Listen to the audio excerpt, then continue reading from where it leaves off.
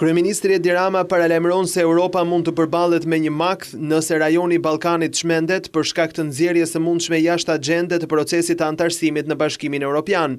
Në një intervistë për Politico, kreu i qeverisë thekson se në këtë rast rajoni mund të shndrohet në një zonë gri, ku aktorët e tjerë do të kishin më shumë ndikim se sa Bashkimi Evropian.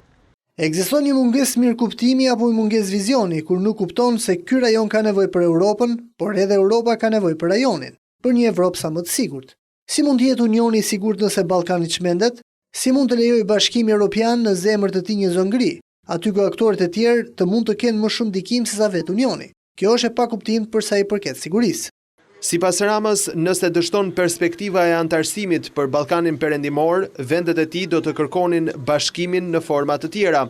Për të mbajtur Ballkanin në këtë mënyrë funksionimi të paqës dhe bashkëpunues është perspektiva e BE-s, për ta mbajtur gjithnjë perspektivën të qartë, për të ruajtur emocionet pozitive për Unionin. Askush nuk do të preferonte të kthehej nga vetja duke kërkuar bashkime më të vogla.